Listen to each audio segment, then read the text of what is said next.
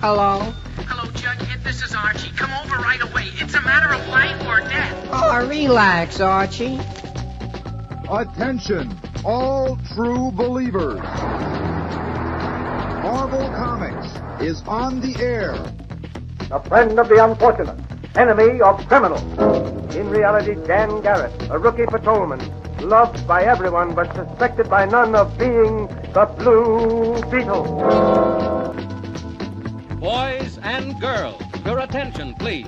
Presenting a new exciting radio program featuring the thrilling adventures of an amazing and incredible personality. Faster than an airplane, more powerful than a locomotive, impervious to bullets. Up in the sky, look! It's a bird, it's a plane, it's Superman! 10, 9, 8, 7, 6, 5, 4, 3, 2, 1. Good morning, comic fans. It may not yet be the Ides of March, but it feels like every day of 2025 is an interesting day in the world of comics. Don't worry, though. We have an incredible show for you guys today. What do you got for me, Kyle? You got a finger up. It's not the Ides of March, but it's Pie Day, bro. Oh, it is. Well, hopefully we have some sweet desserts for you guys with some incredible comics that are on Final Order Cutoff this Monday, March 17th, as we go over a list of incredible books from amazing publishers. In fact, we have one of the higher-ups from one of the publishers, the incredible Josh Hayes of Boom Studios is going to be our guest today as we talk about all of the brilliant comics, and there are some brilliant comics on FOC this Monday. So stay tuned for an incredible show and some awesome comics.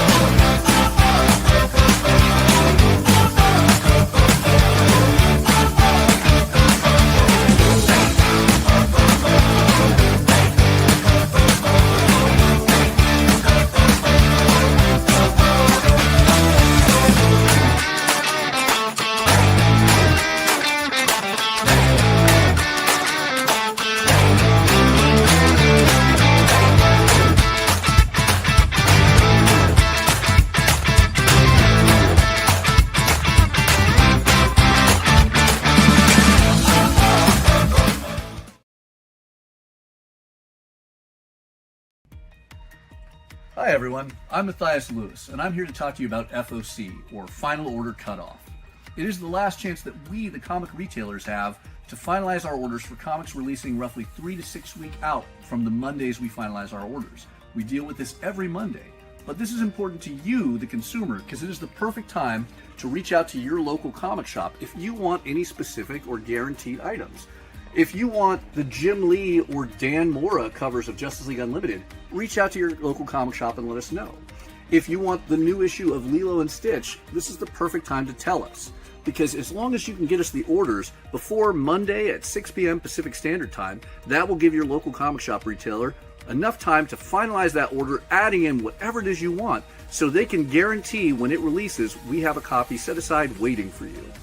So, always reach out to your local comic shop before 6 p.m. on Mondays with the comics you want. The sooner, the better, to guarantee they're waiting for you. All right, and we're going to be talking about comics that are on Final Order Cutoff this Monday, March 17th, and there are a lot of great ones, some big things that are uncommon on this week's FOC, and that's why we have an incredible special guest who will be helping us break down some of that and what the state of the industry is looking like for at least one publisher. But we're going to start it off with previewsworld.com/Final Orders Due, where you're going to find the vast majority of comics on Final Order Cutoff listed on their wonderfully well-organized website. Again, previewsworld.com/Final Orders Due. That's where you're going to find Image Comics, Boom Studios, Marvel, Dark Horse, IDW, etc. However, if you're looking for DC and perhaps some of the other publishers like Mad Cave, you're going to want to go to lunardistribution.com. Lunar Distribution is going to set you up on a wonderful website like so, where you will be able to scroll down to upcoming FOC, check that you're on the right date. This will be for March 17th, so you can see all that. But we're going to start off at Previews World, where we're going to start with Image Comics. Those are some big movers and shakers at Image Comics. As always, I have my wonderful co-host and producer, the incredible Kyle, on screen, waving and looking rather snazzy. I like the black and white design right there. It looks like the artwork in the background. What's up, the internet? All right. So let's start it off with comics that are once again on Final Order Cutoff this Monday, March 17th, with some great Image books. And we're going to start off with a second printing on a big release from this week, Assorted Crises Events. This is Dennis Camp's big one. Dennis is quite the mover and shaker in comics right now. Yeah, he's having a moment. What? He's having a moment.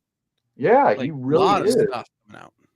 Obviously, you're a fan. I mean, Kyle, Mm-hmm. be my man here. Name some of the incredible Dennis Camp books that are just shaking the world right now. Well, the thing about Dennis Camp is that he's been around a long time, but kind of in that guy who wrote that thing kind of realm.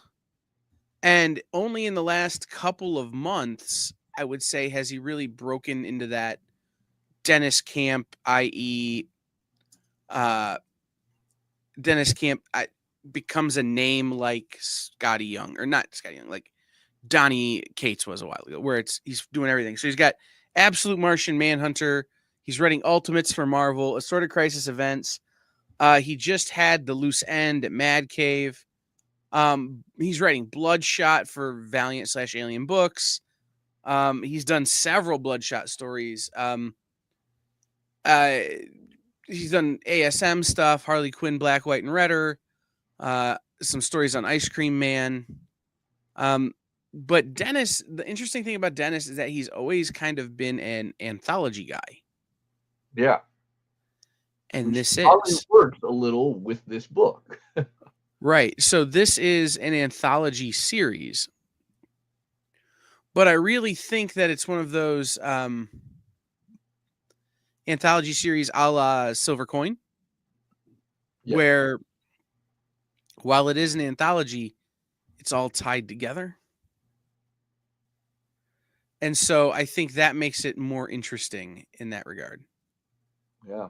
And if you didn't manage to grab it this Wednesday, I mean, obviously reach out to your local comic shop, see if there's still first printing available. But don't worry, Image has you covered with second printing on FOC. It will be out the second Wednesday of April, which will make it really awesome. Yes, 20th Century Man, another great one by Dennis.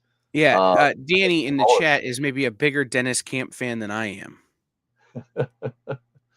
But yeah, I'm excited about this. I'm pretty certain we're probably sold out at my shop, so we're going to definitely be ordering on the second printing. Reach out to your shop and see if you can still get it. Well, and that second printing cover is killer. There was a 1 in 25 variant of #1 that I loved, but man, that second printing cover is awesome as well. Yeah. Now, as always, there's a lot of books on FOC this week, and we're not going to have time to talk about everyone. We always try to emphasize the big new releases and any notable issues, but you can follow along on previewsworld.com/finalorderstew to see everything. Books continuing like Blood Squad 7, which is issue number 8, making that title all the more interesting because Blood Squad 7-8. And Drawing Blood continue on. What I want to point out, obviously, is Geiger. Ghost Machine's awesome book is entering its second year as an ongoing. And it really feels like this is the moment where everything is coming together because we just have a universe in this book now. We have the new glowing woman who first appeared in issue number 10. Is playing a big role. You have Junkyard Joe, the custodian. Like all of this is starting to come together with Jeff's big universe. I think this is going to be an exciting one. So you definitely want to reach out. And then look at that Von Gorman cover. Right. Von, who did the Pedestrian, which just recently saw a trade release, is just been kicking butt. Like I don't think anyone can say anything but positive words about Von Gorman's work. And this is an amazing cover. I will say one negative thing about Sean Von Gorman. You ready? I'm worried. He dresses better than me, and I don't like it. Yes. Oh, man. Love the guy, but he always makes me look like I just rolled out of bed and threw a garbage bag on. I will say it's kind of crazy. Sean Von Gorman is definitely one of those creators where everyone everyone has an opinion, and it's all positive. Like everyone seems to be talking about this this figure in comics, and it Well, is and nothing but Pedestrian positive. came out of nowhere, man. Yeah. Like I was way unprepared for Pedestrian, and it hit, and it just crushed. And it was fun. Like, my favorite part was even in Chip Zdarsky's Zdarsky Comic News, which if you're not reading is always a fun piece, had an original little Pedestrian comic strip in the previous issue. And that was even just for a small little advertising comic strip was a fun bit. Well, Joel tried to warn me. This is the last time I don't listen to Joel, okay? Yeah, Joel Elad, who is the incredible sales rep for Magma Comics. Yeah. Yep. So, and he's on a live sale with Mathias more often, all the time too. So you should watch that because Joel knows his crap. there it is. So yeah, Geiger, issue 13, start of year 2. As it wrote, the explosive second year of Geiger. I'm really excited. It'd be awesome if we could ever get Jeff Johns on the show. Yeah. But other big ones, very frank. Yeah, other big ones at Image. Golden Rage, Mother Knows Best. We were talking about this one last week off air, and I'm excited to be able to announce FOC on this one because this has one of the best pitch line quotes imaginable. It's Golden Girls meets Battle Royale. Like, come on, Kyle. Right. No, it's so when I first read this solicitation, because I think I brought this to your attention on some level, is like infertile women are sent to an island and to live out their time because, we need to be more post-apocalyptic in reality at this point. But, and they spend their days baking dessert and fighting to the death. It's like if what's his name? Chuck Palahniuk or whatever his name is, who wrote Fight Club, huh? Chuck Palahniuk. Palahniuk, yeah. Wrote The Great British Baking Show.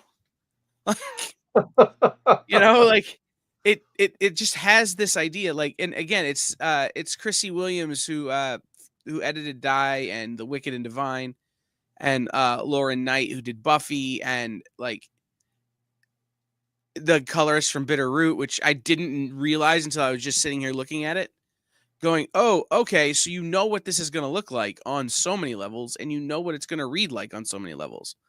So super excited for that book. That's the Tula Lotte, yeah. Yeah. And again, if you go to previewsworld.com/final orders due and you click on this cover because it has the pull quotes. Like, yes, the pull quotes are incredible for this. So people who have read it are loving it. So like I said, I'm just very excited for this book because I think I would like to see my own mother like take on an MMA persona. Well, it's an interesting concept. I mean, the idea of, especially from Women's History Month, that we're seeing this FOC during Women's History Month. It's sad it's going to be April release. But the idea of that just dark reality that a woman's value outside of, birthing is so little that we exile them to a community where they have no purpose is a dark, dark reality that we have to hope to God we never reach. And I know there are people out in the world that are constantly fearing that reality because, unfortunately, you get men in power that have a shitty opinion of the thing that birthed them. Women hold much more value, obviously, than just, creating more humanity. But that's also a huge value. Absolutely. But we don't actually know the context of that in this book, which is a thing I want to say, right? You don't know why this has come about. You don't know what the causation is in the book, which is also interesting because it feels like it's going to be a super political book. Like we both leaned into, because that's kind of our general setting, I guess. Yeah. But I hate that we're two older white men discussing this, Right. But when you look at a book like Kill Train, right, where it's, okay, they're doing this to solve an overpopulation problem, or they're doing this to solve a certain problem, right? Well, that's different. I mean, like I said, my mom telling me to catch these hands, like, okay, that maybe it's for television. I don't know, but I'm interested to see how they frame that and how they make this interesting. Then it becomes more like a Keith Giffen battle royale. But Yeah, no, I mean, and I love these pull quotes. So yeah, Kelly Sue DeConnick, A Bitch Planet, which is just a masterpiece in itself. If you're looking for a really good, strong dystopian female tale with handmaid tale, vibe to it, that's a great one you can pick up from your local comic shop. But her quote was, "Battle Royale meets Golden Girls with dashes of Agatha Christie and Logan's Run. I'm all the way in." I mean, and if that doesn't sell you on a book, I mean, that Tualote cover should, but this is solid. I mean, you want to give us the read of the Elsa Chartier? Golden Rage is not so far fetched. Golden Rage is not so far fetched. Dystopian island of castaway old ladies will make you question your attitude toward the aging woman in the world. A very important subject of self-reflection, indeed. Yeah. But again, I just keep waiting. I just keep thinking about my mom fighting like Chuck Liddell. Yeah. Oh, I mean that Lauren Knight cover though also just Brought you solid. into this world, I'll take you out of it. So yeah, 5-issue miniseries. Everything about this just screams, I need to read this. I need to put this into customers' hands. This is going to be a fun book that I hope is a mixture of just badass women action, but also has that underlying message that hopefully we all walk away with. So Yeah. I put my faith in Chrissy Williams on this one. Absolutely. Yeah. So there's the big one though this week. Robert Kirkman and Ryan Ottley, the people behind Invincible. Ryan Ottley did the vast majority of Invincible's artwork. Robert Kirkman is the man who is behind it all. Invincible is the hottest comic animated series ever, as far as I'm concerned. Amazon's #1 big thing. And we have Robert Kirkman and Ryan Ottley returning to Invincible. This is bigger, in my opinion, than Robert and Charlie Adler returning to Walking Dead. This is Robert Kirkman and Ryan Ottley, the men behind Invincible, returning to Invincible Universe with the best character ever, Battle Beast. I am hyped beyond belief for this. It is a returning, ongoing series focusing on one of the coolest characters. Because look, we can talk about Omni-Man and the Viltrumites. We can talk about Mark or any of the Invincible characters. And in my opinion, nothing beats Battle Beast. And don't you dare say who beats Battle Beast, anyone in the comments. Battle Beast. I am excited. So, new ongoing series. It is going to be set in the past. It actually opens with an early issue of Invincible and then spins off with a focus on Battle Beast. For those of you who are only watching the cartoon, you can still dive into this because that episode has already happened in season 1. This will give you an intro point of one of the coolest characters. And here's the fun part. Not only do we have all of this that I've said with an extraordinary amount of excitement, we have a ton of incredible covers. I have to go over to Lunar to show this off. Beautiful David Finch B cover. But the thing that I'm excited about is the blind bag. And I had to go reach out to Arun over at Skybound Comics to get my official what I can say on this. So I'm going to make sure I am careful because I actually, they did a great retailer call where they talked about what's in these blind bags. And we obviously have to limit what we can say on this. So pulling quotes, I can directly say there are some extra surprises beyond just the different covers in the Battle Beast blind bags. And well, I know what they are. We can't even hint at them. You can see a little bit here.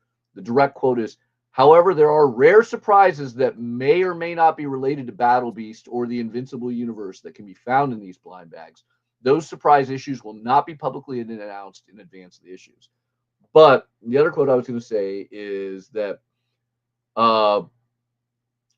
as it stated there are surprises that are not actually Battle Beast #1 in these bags. I double checked. I got approval from Arun to say that. There are surprises that aren't even the new Battle Beast #1 in these bags. I was not on the call.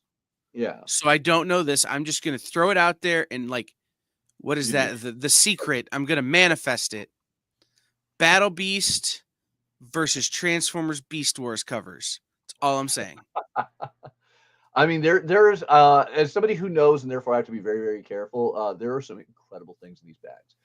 I will tell people, whether you're retailers or consumers, once you find out what's in these bags, you're going to want more than one copy. You're going to want, I mean, multiple copies of these bags. I know as a fan who knows what's in these, I'm probably going to be buying like at least 5 or 6 copies of the bags, hoping for some of the big surprises, hoping for some of the guaranteed options of other things to be in there. Um, I might be an idiot and go after 20 just so I can theoretically guarantee a gambit of, getting some variations in there.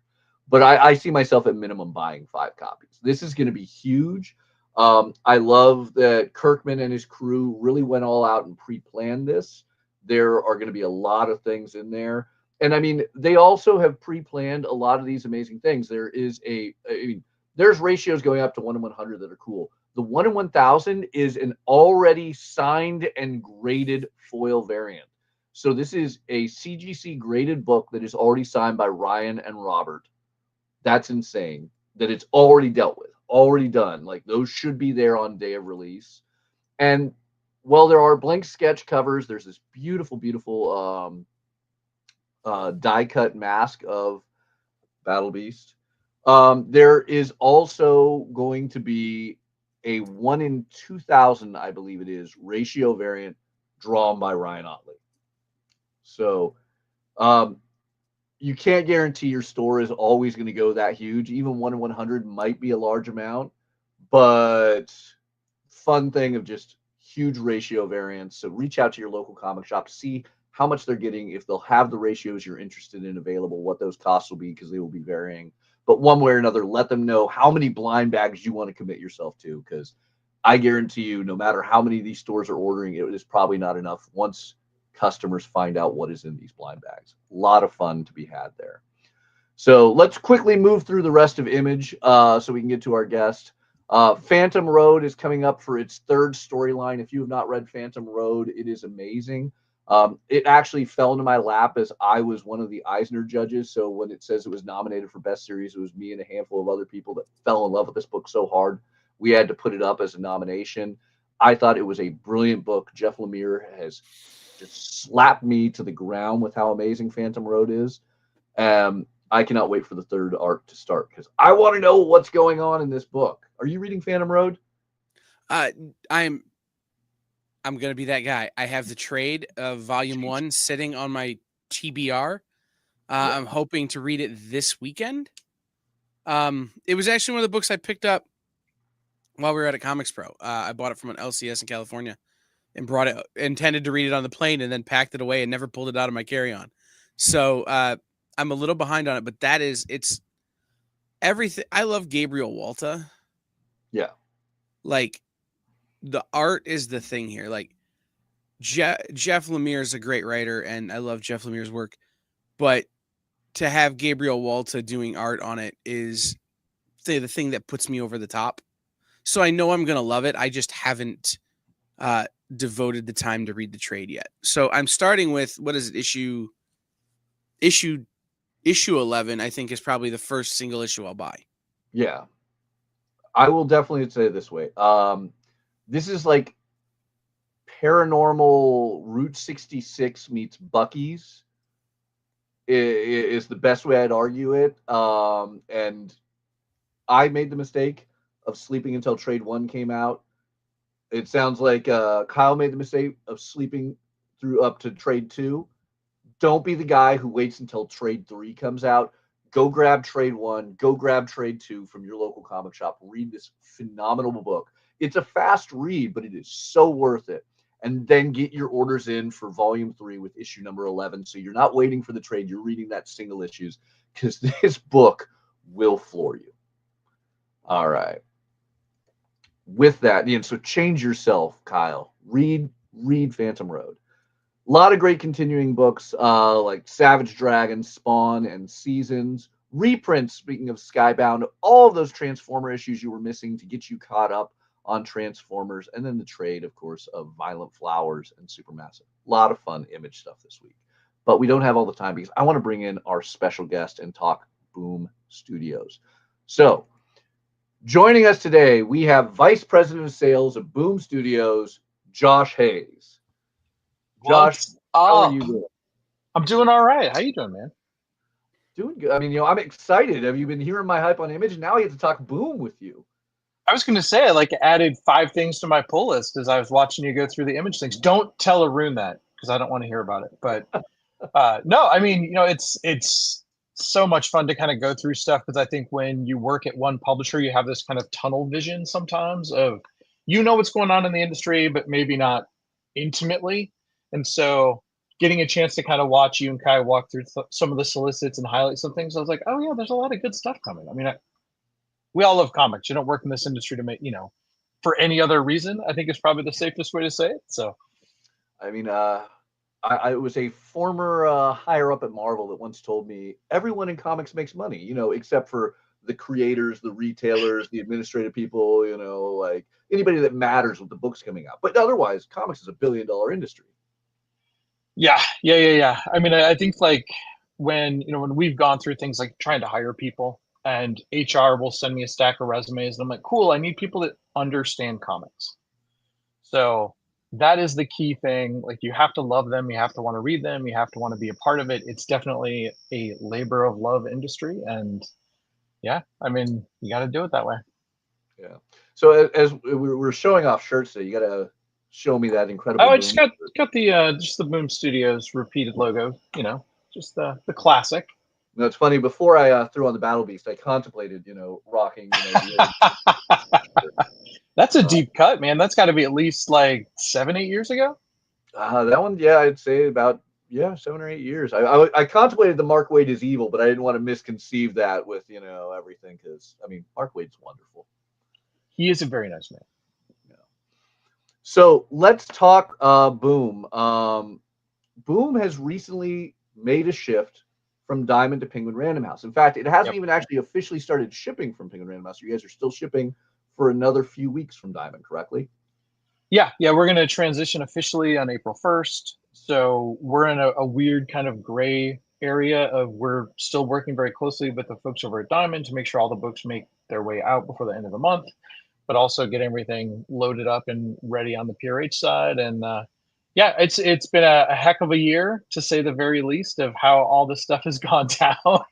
I think you and I talked about this at one point, but one of the things that was kind of fascinating was at the end of the year when we announced we were leaving Diamond to go to PRH, I think the worst kept secret in the entire history of industry secrets, didn't have Diamond filing for Chapter 11 on January 13th on our bingo card, and trying to ramp up this exit from July to April was also not on my bingo card. So yeah, it's been a cool kind of couple of months, but very, very, very fast paced, to say the least. Yeah, I mean, the timeline of it is very interesting. Obviously, it was around early July last year that there was the big announcement that Penguin Random House had purchased Boom Studios. Then it was late 2024 that you guys announced that you guys would be transitioning from Diamond Distribution to the inevitably expected Penguin Random House distribution in July. And then with the news of the bankruptcy, that fast forwarded to an April transition, correct? Yeah, no, that's the exact timeline. I mean, we were, our contract with Diamond obviously was through the end of June, which was what was informing that July transition date. We have worked with Diamond forever. I mean, I was at Diamond myself for 17 years, so I love, value, and cherish all of those people over there. They're all good folks. But we also knew that it was going to happen, right? We were going to leave Diamond to go to PRH. Then when the bankruptcy news came out, it basically opened the door for us to exit early, right? It basically tore up parts of the contract. I don't want to get into too many details, but it's like, we've got a shot, and we talked to PRH about it, and PRH was like, yeah, we should get you out of there, right? We should get everything moving as fast as possible. But the hardest part is, as we all know in comics, we're working so far out that moving things is way harder than people realize. We were moving, February catalog, which was February for April on sale. We had already loaded all of that to Diamond. We had already sent all of that to Diamond. It was very, very much a weird back office game of okay, figuring all of this stuff out. but then also adjusting dates and timelines, because that was one of the biggest changes, was the way that Diamond would process comic shipments versus the way that PRH processes comic shipments. We had to take a really hard look at our schedule, move some things around, always with an eye to try to protect retailers as much as possible. That's the thing, that when we're going through and making the schedules, we try to be 99.8% retailer friendly when it comes to the moves we're making. There's the occasional one, I know we're going to talk about one today, where it's got a little messy because it was very much in that, okay, this is going to be weird, because the timeline of everything just fell into, well, we've already FOC'd this book, we're kind of wedded to this timeline. But yeah, we're trying to get it all ready. Well, on that note, as we have both the consumers of comic shops and the retailers of comic shops watching, can we talk a little bit about that transition in the direct relation to our show's topic, Final Order Cutoff? Yeah, for sure. So there's a big transition between Diamond to Penguin Random House that I don't think a lot of people, even on the retailer end, know about. And part of that is the timeline at which point the distributor needs the books in their warehouse. Can you talk a little bit about the difference of Diamond to Penguin Random House on that? Yeah, so the biggest factor there is that PRH wholesales to Diamond, right? And at least for the foreseeable future intends to continue to wholesale to Diamond. That tacks on an extra week to an already cramped timeline. So we went from having, effectively 4 to 5 weeks on the Diamond side to needing 5 to 6 weeks on the PRH side. It changed the cycle of everything. And the thing is it's not just 1 month that you have to do that. You have to roll it throughout the entire year. So we had to have a ton of meetings internally to figure out what this all meant. But it, effectively shifted all of our release dates by pretty much 2 weeks across the board. And it's the kind of thing that you don't expect to have to deal with in January. You've set your schedule. I mean, we're working on 2026 stuff already. So it's a lot more protracted than I think people realize, either on the retailer side or on the customer side. We're working on projects that are 2026, 2027 already. We're already factoring in timelines, trying to think about when stuff is going to release. And this shift moved a couple of things. We had a couple of things that I can't fully talk about that were slated to be, this book is going to be our San Diego Comic-Con go-to book.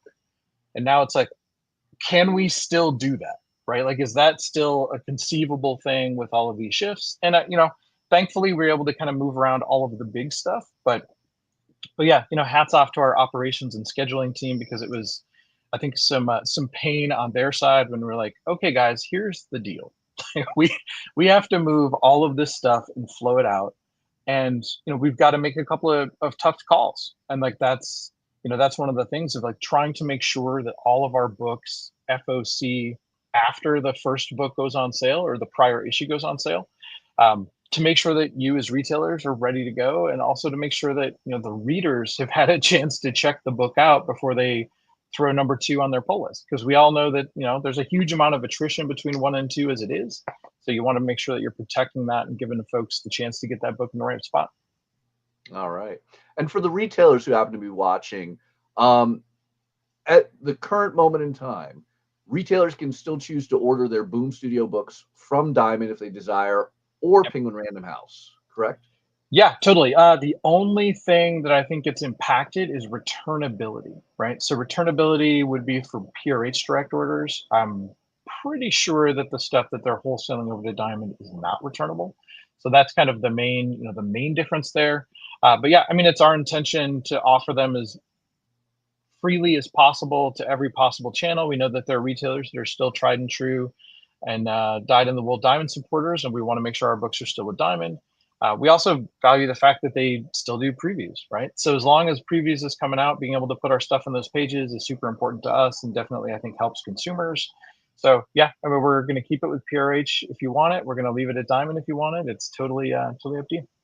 All right. And as we have you as the Vice President of Sales, all things Boom, let's talk about the items that are on FOC this week from Boom, because then we can be kind of topical on this. First off, we got to show off coming up first Saturday of May and arriving in some stores right now to get prepared for it is Free Comic Day, and we have the 20th anniversary Boom book. So I just had to show off that beautiful logo and everything. Hey, the design team did a sweet job on that. Real quick, I have a question. Josh kind of talked about it a minute ago, but one of the things that I want to shout out Boom for is that so many people who have gone on to work other places that have and who still work at Boom, actually, and people who've come to work at Boom have started off other places, and it seems to be that they build a really great community there in terms of people who love comics and support comics. Even once they've left Boom, they're like, "Oh, you have a Boom question. I don't know if you know I left, but here's who you should reach out to. They're great. Here, let me make it, that kind of thing. The people love comics." And so I wanted to ask about one of Boom's newest employees. Yeah, that's Sam, one half of my French Bulldog duo. He's modeling the Boom chain that Stand It Up the guys that make the Stand It Up stands made for us and gave to us.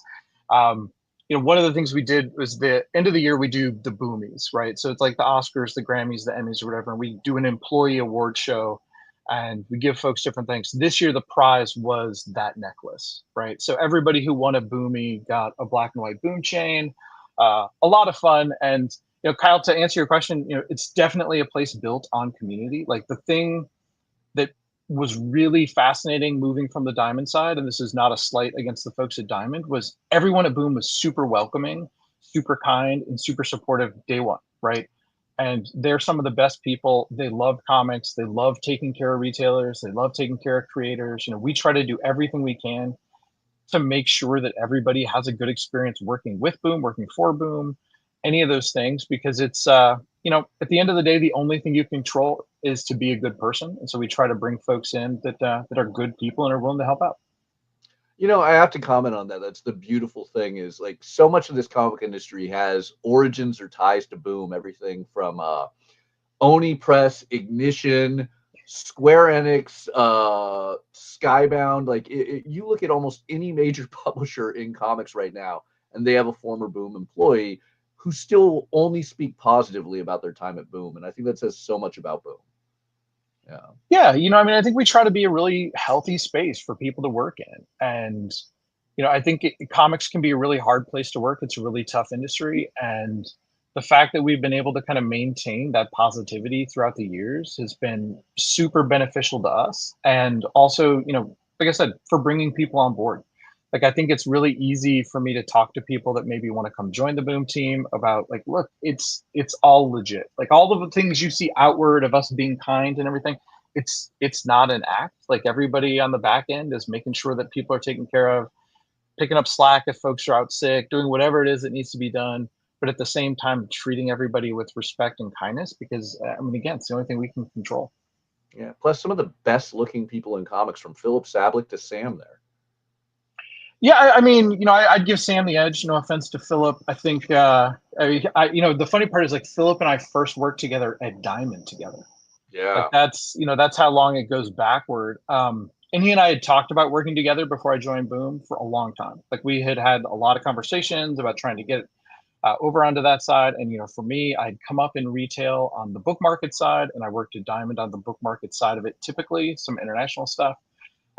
But it was something he and I had always kind of been like, I'd be really cool if we could find a way to work together. And it was great to be able to cross over with him for a few years and kind of see the magic that he can kind of weave into things. And, I have utmost respect for Philip, super excited for his new venture at Ignition and wishing him the best.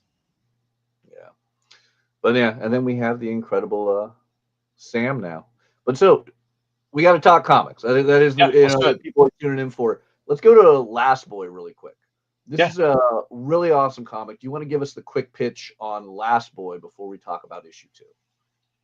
So Last Boy is Dan Panocean, who's kind of created a cottage industry here at Boom of taking fairy tales, whether it was Alice Ever After, Alice Never After, and redoing them a little bit. So this is him doing a Peter Pan story, but it's a little bit of a time-shifted Peter Pan. So it's Peter Pan has not grown up, but everyone around him has. So Wendy's grown up, Captain Hook has grown up, Smee has grown up. All of the Lost Boys are, living in a village, and they've got kids, they've got wives, they've got lives, right? Like, so he's the only one that's kind of stayed in that we got to do this. And I don't want to spoil the issue 1 ending because it's a pretty fantastic ending. To be honest, it's a great hook. I still haven't read the ending. No pun intended, or is there? But it's very much a book where you're like, you feel like Peter Pan is the fish out of water, which is kind of the opposite expectation you have kind of going in. And yeah, super excited for where this book is headed. Dan does a great job. Alessio Avallone, obviously on art. It's very Penosian styled. Like you can definitely kind of feel some of Dan's DNA even in the artwork. And yeah, I mean, the cover up there is the FOC reveal from Gabriel Rodriguez, who's doing some mouse guard work for us right now. But yeah, definitely a fun book to read.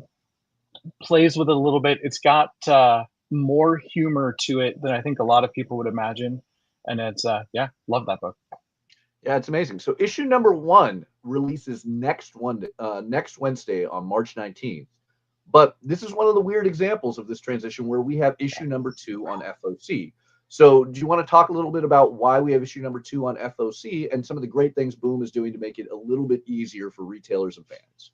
Yeah, absolutely. So, one of the things, this is one of the books that kind of hit that weird straddle line of what was with Diamond, what was with PRH, how things were going to flow. So we weren't able to give enough space on this book. We'd already had the production was kind of already ramping up as we were getting things moving.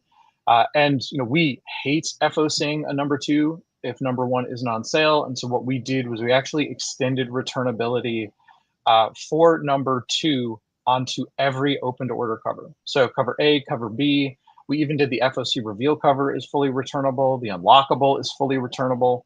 Everything that retailers need to support number 2 and kind of prevent themselves from kind of hampering sales and make sure that the book has as much of a shot as possible. We made it all returnable as a way of just trying to get a little bit more of a safety net for retailers to stick with this series and make sure that it's on stands. All right. So as a consumer, you guys get to come into the store next Wednesday, pick up Last Boy number 1, which I've read a good majority of it. They've obviously prevented me from reading the spoilers over at Boom, but I can tell you it is an amazing book. So you definitely want to grab it off stands. And if you like it, let your store know that you want number 2. But as a retailer, if you're placing the orders this Monday and you don't know if your consumers are going into number 1, you can still order with confidence, easily match your orders of number 1. Because if for any reason the consumers don't come back out for number 2, Boom has made it returnable. But I think that having read what I have of number 1, this is going to be something where fans are going to turn back out for number 2. The artwork is amazing. Dan's story is brilliant. Like the covers are doing awesome. You can see some of the interior pages of number 2 right there. I love everything from Hook's Crew to Pan and Tinkerbell. This is a fun book. I'm excited about it. But there's another thing I want to point out. You mentioned the unlockable is returnable. Traditionally, the unlockables at Boom have always been a limit 1 per store, correct?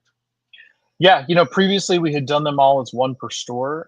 One of the things that we wanted to do as part of the transition was give retailers, more options through PRH, give retailers more opportunities. A lot of times we're putting really cool art on those unlockables. We're putting things that we know readers really are chasing after or want to get. So we wanted to kind of help our retail partners out and just make those traditional open to order covers. That's going to hold at least through this year. It may extend beyond that. I think one of the things we're trying to do is, again, make that transition from Diamond to PRH as smooth and seamless as possible for retailers, and also just give them, as many supportive options as we can, even though, I know it's a challenge on the retail side, but we're trying to make it easy. Yeah. So that means that if you got an unlockable before, it is a rare 1 per store, if you weren't already aware of that. So if you see one that's still floating in your store, definitely something to buy. But that doesn't change the fact that now, if you love that Dan Panosian cover of issue number 2 of Last Boys, if we can click over to that was Peter Pan walking through that shroom forest.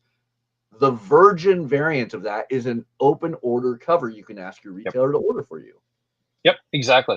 I mean, that's the other piece is I think there's some really fun things that people will be able to play with. One of the things that we get asked for all the time is like, cover A is obviously the iconic cover that we use in all of our marketing and that shows up in catalogs. But if we're going to use that art again and make it a full art, like let's let people go get it. Because Dan's art, he drew the logo. So this is 100% a Dan work. But at the same time, moving it over and kind of giving you that full image, it's just eyeball candy. Yeah, that is amazing. So Yeah, another fun thing that you can get through Boom that once again, it's a no risk for retailers. Right. It gives customers a great option of another cover you can get. So I'm excited to see Last Boy in consumers' hand. It's unfortunate that we have to finalize orders for issue number 2 before number 1, but I think this is the best case scenario you could have offered us. Yeah, I mean, it really stunk. I mean, you and I were talking about this earlier this week. Like, it was one of those where I'm like, oh man. I mean, this is the one book that's in this position where we're like, we don't have enough time. We can't spread it out as much as we want. So, the easy answer, and I mean, I think Boom probably has the most generous return policy of any publisher out there at this point. But Oh, absolutely. we're going to give you the safety net. We're going to make it easy. We want everybody to read this book. We do think it's a reader book, and even with each chapter very much having an ending to them, it reads great as single issues. We want people to keep going on it. Yeah, and then beautiful Elizabeth Tork cover currently on screen. I love anything with a reflective blade. Going back to that Todd McFarlane 340, but Elizabeth just making this beyond brilliant. Oh yeah, no, for sure. Yeah, I mean that something. I don't know. There's definitely a base part of comics DNA that loves reflections, right? I mean, can't go wrong. All right. Let's talk Amory Wars. Talking about big Boom books. It does not get much bigger than Claudio Sanchez of Coheed and Cambria, and he has his own universe of storytelling in the Amory War comics that date back almost a full 20 years of Boom. I mean, it's definitely been one of our longest running things. I mean, Claudio and Chandra, his wife, that are working on this book, they are phenomenal partners. And the stories are a lot of fun. You know what I mean? If you are at all a Coheed and Cambria fan, even if it's just a passing fan, it makes some of their music so much more like such a richer universe to kind of play with, because you get these visuals. I mean, we're cutting close. I think we're at 10 here. I think we're wrapping this up with 12. But yeah, I mean, as long as Claudio wants to keep telling stories, we'll find a way.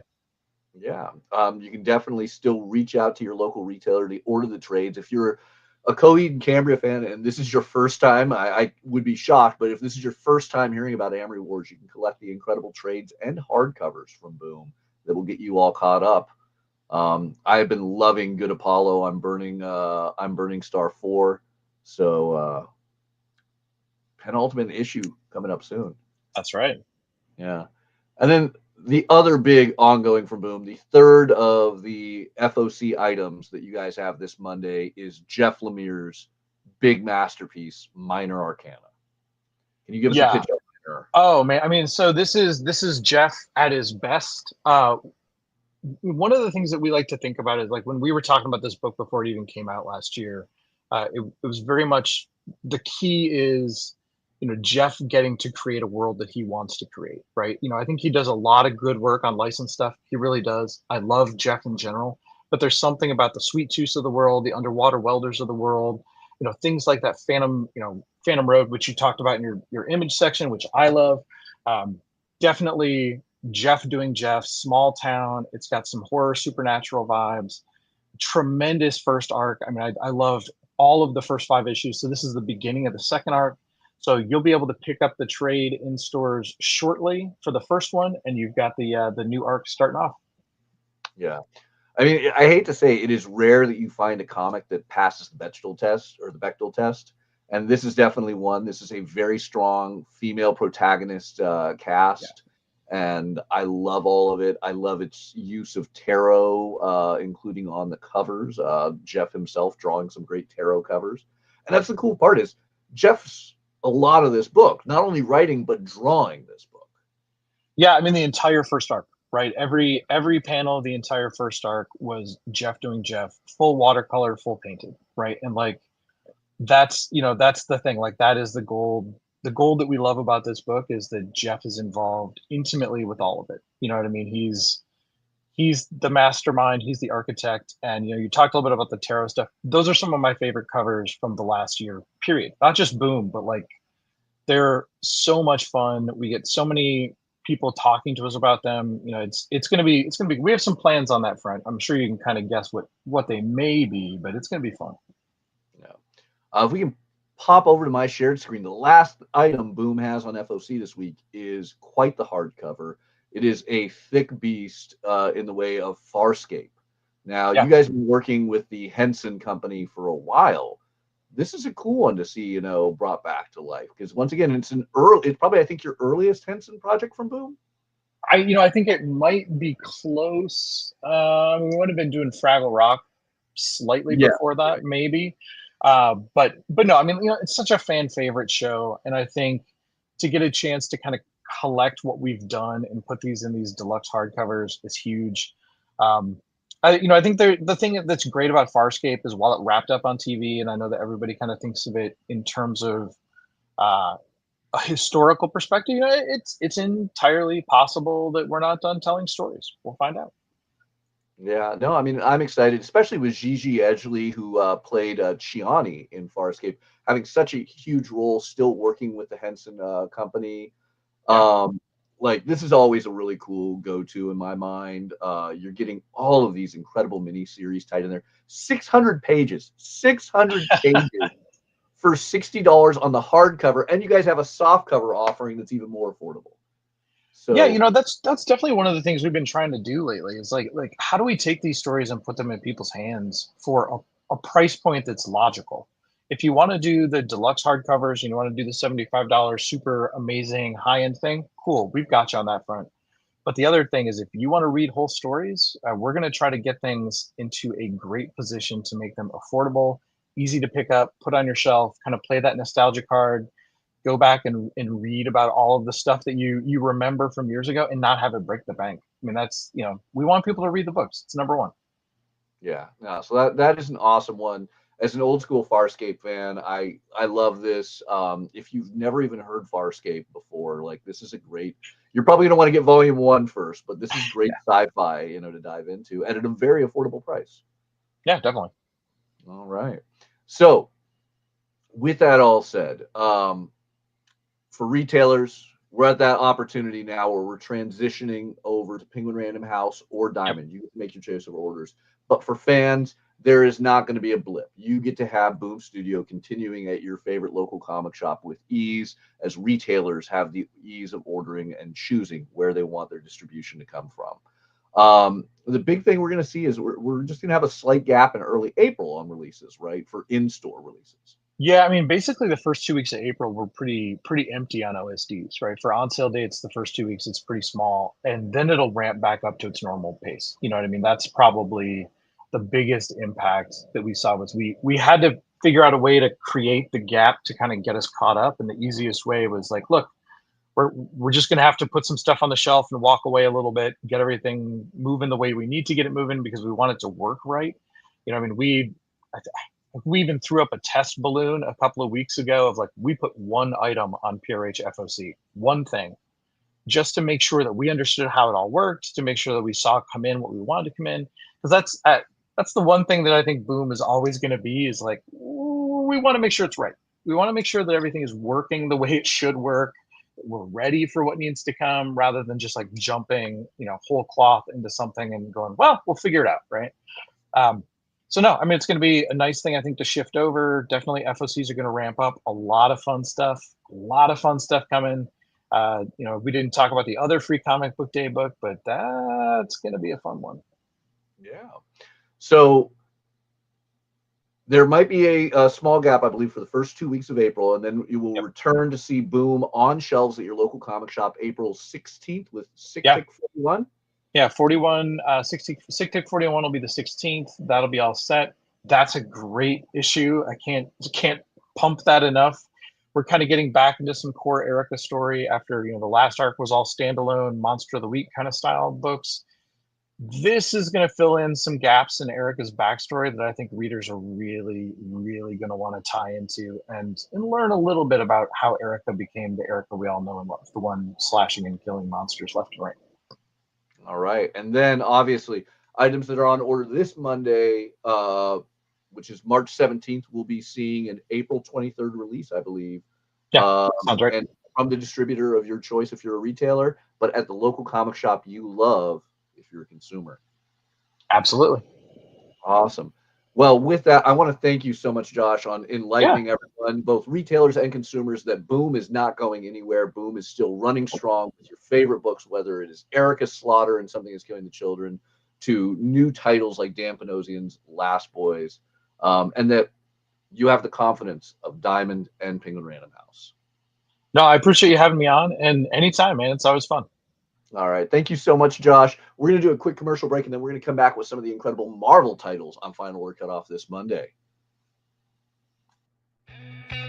Programming on the EXP is made possible by viewers like you, or your local comic shop, or that Kickstarter you backed, or the publisher you like, or comic industry professionals who want to share a message with the world. Really, anyone who wants to advertise with us can. If you're interested in seeing a product you know and love, or are creating, or are publishing, or are involved with, advertised here on The Experience, and having your message shared with our viewers, please reach out by scanning the QR code below or visiting our website and using the contact form.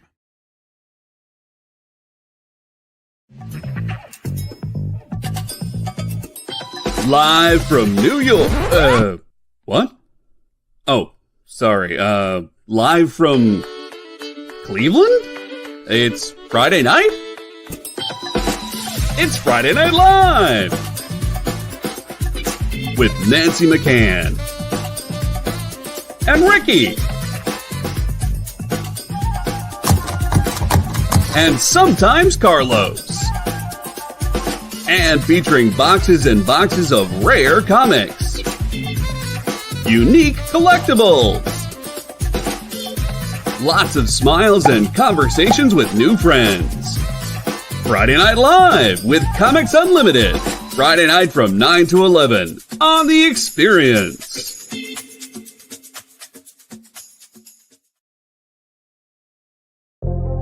In a world where you hit like and subscribe on our YouTube channel, that'd be really great. Thanks.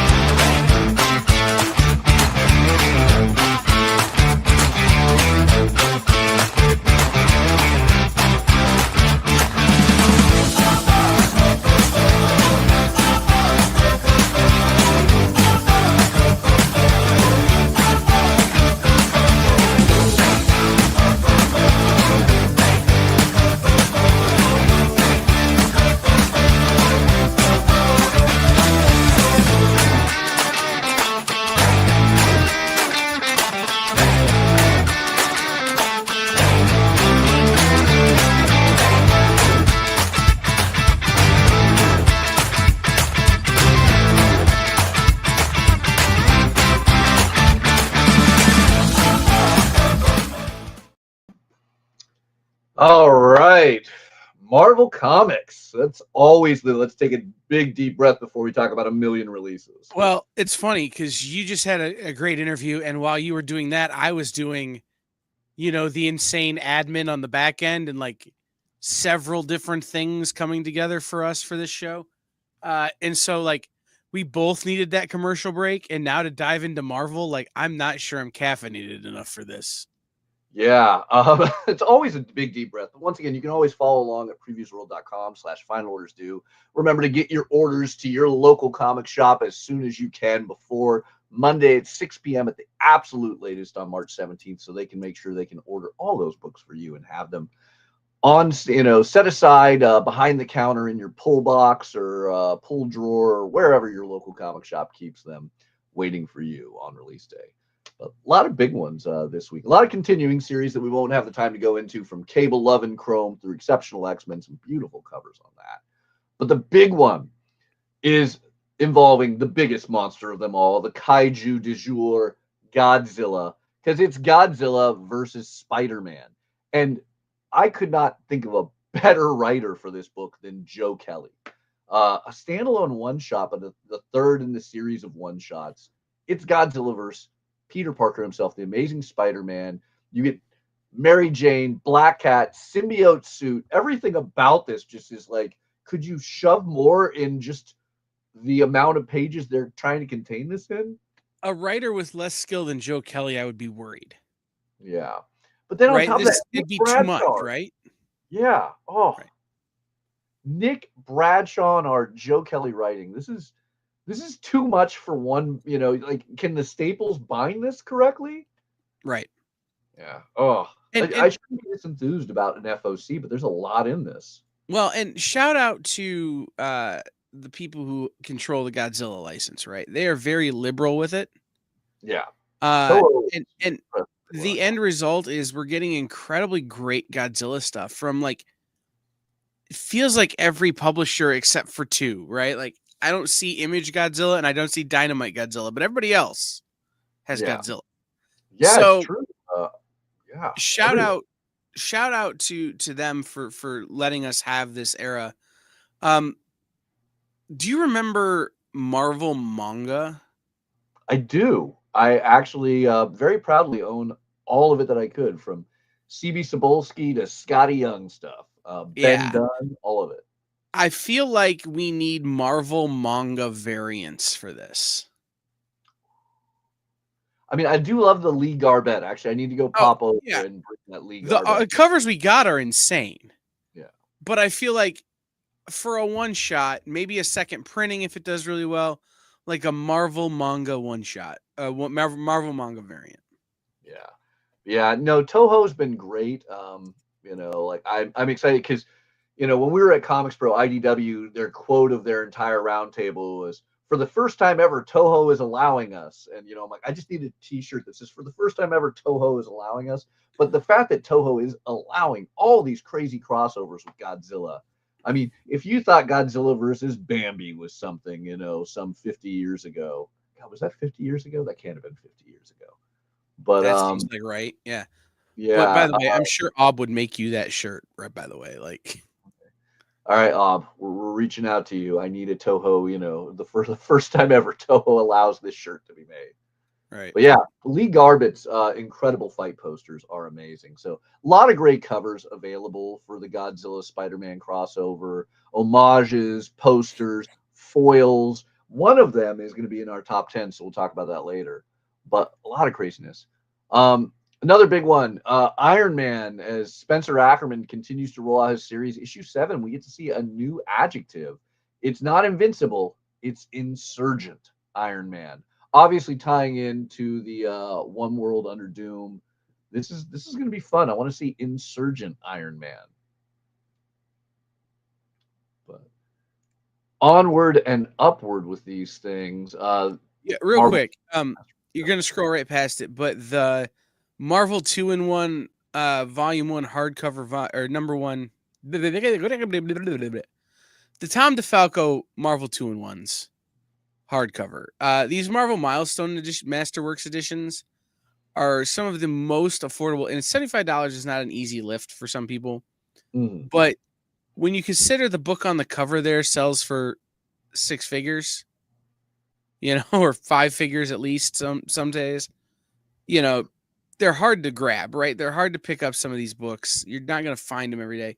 So if you're really into the classic stuff, don't miss these opportunities. And because of the cost, a lot of shops don't order them. Yeah. Like up front. So you have those have to be requested at most shops. You need to give that order request.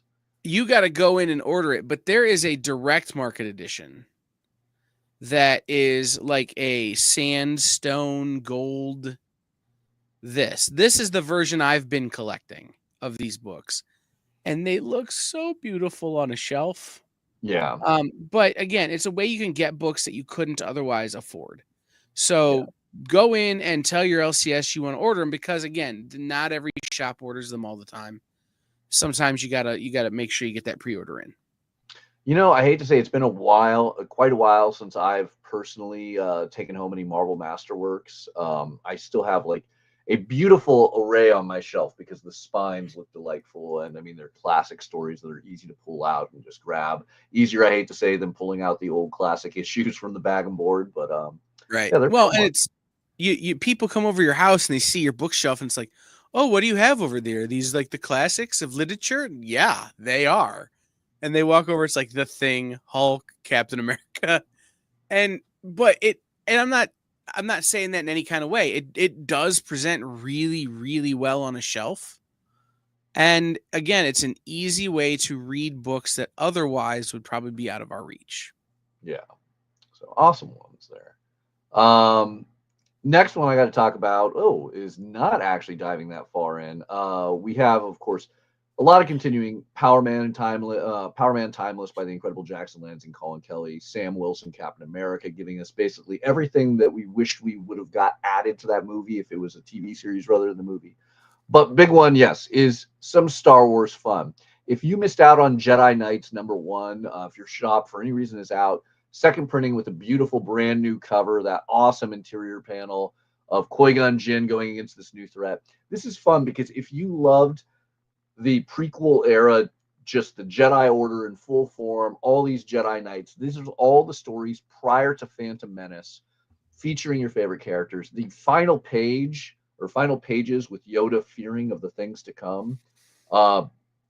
This has got me excited. This is the one thing that was my favorite part of the prequels, is seeing a full order of the Jedi Knights and seeing more than just the last remaining Jedi that was Luke, or even in the sequels, the last remaining Jedi that was Rey. This is what I want. I want to see lots of Jedi, lots of lightsabers, lightsaber on lightsaber action, lightsaber on cortosis, whatever you will. This is a lot of fun, and Mark Guggenheim really did a lot here. He's pulling old lore that we never got to see come out in the EU into the EU. So this is exciting. And Madabek Musabekov is a great artist for Star Wars. Like their style lends itself so well to Star Wars. So having that paired with Mark Guggenheim being maybe the biggest Star Wars fan who isn't a toxic jerk that I've ever met. Like Mark Guggenheim loves Star Wars and does right by Star Wars. So this is going to be fantastic. Yeah, I'm really excited. Other big ones, we have, of course, the Nomnibus, the Nom Omnibus. So if you love those Vietnam War stories, you like mixing your superheroes in there, that's a really cool one to grab. I got to point out this beautiful Ultimate Wolverine #4 cover. Ultimate Wolverine has been just, I love Ultimate X-Men, don't get me wrong, but it's a very different one. Peach Momoko's manga-esque horror tales of Ultimate X-Men has been good. Ultimate Wolverine is how much classic X-Men can we reinvigorate in the Ultimate Universe? Kitty Pryde, Gambit, Magic, obviously on the cover. Winter Soldier. Ooh, I mean, just Chris Condon has been giving me chills issue after issue. There's no doubt why it's deserved so many printings. And then you get Linnea Yu doing Ileana Rasputin. That's cool. I'm excited on this. Almost as excited as I am for the newest Spider-Verse, the Web of Venomverse. We're going to get Venomverse versus Spider-Verse in the multiverses of way too much Spider and Venom. It's good stuff. Like this is going to be crazy. This is going to be the over the top too much, yet I'm not complaining. Yeah, I saw this and I went, didn't we have a Web of Venomverse? And then I saw what the pitch was, and I'm like, okay, I can get behind this. Yeah. The crossover, right, of the Spider-Verse and the Venomverse finally coming together and causing havoc, I think is a very interesting pitch. And some of the covers, like I'm sure Mathias is going to show us several covers here. But if he's not, just check out the what is it? It's a 1 in 10. 1 in 10 ratio. Yeah, the Vecchio cover. Yeah. I don't know if I like Venom Mouse more or Venomizer. Well, because it's Venomouse, like venomous. Yeah. It's a pun. Yeah, so I like it because of the pun. A lot of great covers. As always, let your comic shop know which cover you would like or which cover. I mean, for a book I wasn't excited for, did I order 10 covers, just 10 copies, just so I can make sure I got that cover? Yeah. Don't tell my accountant, the internet. I personally love this Ario Anodito because, I mean, I thought Ario's artwork in Star Wars High Republic was great. Seeing this level of, Venomouse. That's all we got to say. Right. And because this one's like it was cool that I was able. There was a couple of different options for open order, so I was able to spread my 10 across a few different covers that I think are going to be, people are going to dig. I'm going to dig, and if this series is great, then I'll be the guy. I love Venom so much that I almost fight to justify my love of Venom when I look at the number of dollars I spend on Venom. You're not alone on that. There's a lot of Venom fanatics out there. So always a fun one to get your orders in on, because I always feel like, you're just never, no store is ever going to get their Venom orders right. But right. You can never order enough. Venom stuff. Yeah. Yep. All right. Another Bengus Marvel vs. Capcom cover on Wolverine number 8, I should point out. With a lot of Wolverine there. Simone Bianchi is back with a Romulus variant. There's just so much going on there. The Jerome Pena is really cool, by the way. Yeah, definitely worth taking a look yourself at what's coming out from Marvel, because we have some great indie books. Indie books I want to talk about, starting with Dynamite. Yes, Dynamite back on FOC. Darkwing Duck number 3 on there, but the big one I am most excited about that has me beyond belief happy. There's a lot of 80s nostalgia currently going on in Dynamite. This goes back even further to the Hanna-Barbera end. Giant size wacky racers. Talk about some 1960s, 70s love right there. Look at Penelope Pitstop and Snidely Whiplash and Muttley with the Joseph Michael Linsner cover. That is awesome. As a little kid, I used to watch Wacky Racers every day before school. Yeah. I'll just be totally blatant with everybody. I have maybe more vocal than I should about, hey, Dynamite, is there actually somebody out there with a nostalgia fetish for Herculoids or for Silverhawks or whatever? Okay, you got me. I'll shut up now. You found the one for me. Like, Wacky Racers is the one. Like, so I will shut up now on the other ones, because there clearly is something for everyone. Yeah, nostalgia drives sales, whether you're the shop ordering it or the fan buying into it. Like, I got to say, Silverhawks, I didn't think was going to excite me the way that it did. It does, but Wacky Racers. Whew. So giant size Wacky Races brings our classic Hanna-Barbera characters back. You have Ivan Cohen writing with Mariano Chapo doing incredible artwork. And look at just some brilliant covers. I can guarantee you some of them are hitting my top 10 on this, but I'm excited. Obviously, a continuation of the great Alex Segura and Henry Barajas, Green Hornet, Miss Fury. Issue number 4 has some great covers. But we talked about it last week. Last week, it made our top 10, and unfortunately, it didn't FOC last week. It FOC this week. It's Red Sonja versus Army of Darkness. Tim Seeley doing Red Sonja and Ashley Williams, the boomstick ready to fire off on this amazing crossover. I am hyped. I'm doing a con the week this comes out with Bruce Campbell. Really? Yes. And I am really, really, really concerned that I didn't order enough. Yeah. It's going to be awesome. I am excited. A lot of great covers on this. Bjorn Barend's doing that beautiful one. Obviously, last week in our top 10, we had the Mark Spears cover. I'm going to show it off one more time, because look, we just can't not show off Mark Spears doing Red Sonja and Ashley Williams. Those Deadites are going to get destroyed. Also, side note, look at that beautiful quote right there. I'm not going to verbalize it, but we can just zoom in very, very briefly on now I got to figure out how to reset my zoom after doing that. Control 0. Let's try it. There it is. Okay, cool. This is why we keep you around, Kyle, because this otherwise... moment of IT brought to you by Kyle knows things he doesn't need to know anymore. All right. But yeah, a lot of great fun at Dynamic Forces. I'm excited to see this. I'm excited that we're getting more things. I need to point out, actually, there's a big one for you guys. For you Red Sonja fans that are waiting for Red Sonja Mars Attacks, this is a big one. Obviously, the original solicitation for Red Sonja Attacks Mars was set with a Wednesday, March 19th release. Dynamite and Diamond both had to put out an email. Due to a production issue, this is now a March 26th release. Your comic shops might get some of the later variants in next week. They have been requested to have those released with the A through C covers on March 26th. So retailers, if you can, please hold your D through N covers of Red Sonja Attacks Mars #1 until March 26th. Comic readers, I know you're excited about Red Sonja Army of Darkness, Red Sonja by Groenbeck, and all the other great Red Sonja coming out. I know that you're excited thinking it's going to release next Wednesday, March 19th.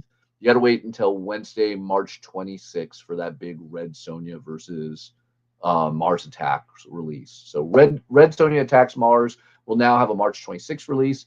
Don't worry though, we have some great Red Sonja fun of Red Sonja versus Army of Darkness with that release date of April 9th. So you'll have week after week of Red Sonja fun coming from Dynamite and Diamond. And that's why checking the previewsworld.com/final orders due, Lunar Distributions, FOC thing, but LunarDistribution.com. Yeah, like on lunardistribution.com. Yeah, as so many companies navigate, again, we're coming down to what is going to be a day that I'm sure everyone in our industry is going to be sitting on the internet just hitting refresh all day long, like we're waiting to buy tickets for Comic-Con. These companies are having to navigate this sometimes 6, 8, 12 weeks ahead of time. And it's going to cause disruptions. And, you've seen Dynamite take some skip weeks. You've seen them shift some schedule around. You've seen them move some things as they try to figure out their future. So it's super important to remember to watch these websites, to watch these things, because that's the only way you're going to know for sure. And like even last week, we got one wrong because we thought we knew, and turns out something had changed. So that sort of thing is just going to happen. Just be patient with your LCS, be patient with the publishers, be patient with the distributors, and doing your research ahead of time will save you a whole lot of headache. Yeah. The biggest one I want to stress on that is be patient with your local comic shop, because there are so many decisions that get made in levels so above your comic shop, from publishers, distributors, creators, administration, large corporations that own certain comic publishers, that I cannot stress enough how hard it is to be a local comic shop and try and get everything right for all those fanatically fun-loving customers that you guys are, that want nothing more than to have your comics in your hands and reading them, because that's the fun of comics, is having them in your hands and reading them. So, there's a lot that comic shop retailers and comic shop employees have to deal with. Patience is the biggest thing you can grant them outside of your pre-orders, because it is a crazy time. As I said in the opener, 2025, every day of comics is something new. Fun note on the idea of last minute things, we get to have a big announcement at the end of things, so please stick around for the top 10 big announcements. So yeah. Are we going into indie now? Because I've got a couple right on that top line I want to mention. Yeah, let's talk about it. What do you think? 27 Run Crash. Battle Quest Comics. We love them. Quest Comics. Like, Battle Quest has been a big supporter of the experience, and I had not really read Battle Quest before they started advertising here. This is my favorite thing they're doing. It is awesome. It is wildly fun, and the spot, you've seen it, is a total bop. So, like I said, if you've not checked this out, please, if you have a light week or you have a small week coming up, maybe go back and try and get some 27 Run Crash. If your local store doesn't have it, see if what they can order. Battle Quest tries to keep this stuff available pretty frequently, so just check them out in that regard. Yeah, you can even do a preview of it on Previews World by clicking this button. It's as simple as that. Go check it out, click a preview, you can see the interiors. And I mean, I got to give a lot of love to Battle Quest, because I mean, they even used one of their original covers, one of the original art for one of the covers. They donated to raise money for Bink, which is a incredible group that helps out local bookstores and comic shops in emergencies. And Battle Quest provided a beautiful piece of original published artwork to help raise money to support those comic shops and bookstores. So Awesome 3-issue miniseries, by the way. If you like giant kaiju, giant mechs, it's awesome. Yeah. Then the other one that real fast, and I can't spend a lot of time on this one because I could talk about Wilfred Lupano for days. But the Ablaze Comics creator spotlight on Wilfred Lupano. Old Geezers is one of the most interesting things I've ever read in graphic storytelling. And to have a hardcover shelf sitter book like this as a box set is really cool. Again, if you're into underground, maybe sort of creators you've not heard of, this is at $60 a steal of a deal. It's a lot of content, and it's stuff that you can read 6 and 7 times and still be pulling stuff out of. So the Library Mule of Cordoba is also very good. But again, for me, it was Old Geezers. It was Old Geezers, man. Kyle, give the quick pitch of Old Geezers for people who've never heard of it. They're 3 old men who have been friends since childhood, and they've all gone their own way. And they move back and forth between like the 1950s and now, telling the story of how friendship changes, essentially. People's politics change, their family situation change, their social situation change, their culture changes, and how these 3 dudes sort of navigate that. And there's a lot of humor in it that isn't like ha ha humor. It's like, that's humorous humor, and it keeps it just light enough that you don't get sad. Now, awesome book. You can just looking at the covers right there of the Library Mule of Cordoba. I mean, it's beautiful, beautiful stuff. So, sorry, I didn't want to derail us too much, but those are 2 that I saw. I was like, these are ones that I ordered that my LCS was like, I wasn't planning to carry those. I know. That's why I made sure I got you this a week and a half ago, so that you would know. Yeah, I hate to say, I probably wasn't going to get the spotlight of Wilfred Lupano, and then you had to go and talk it up, and now I'm like, well, I guess I'm adding that to my personal order and stocking it at the local comic shop. So, yeah.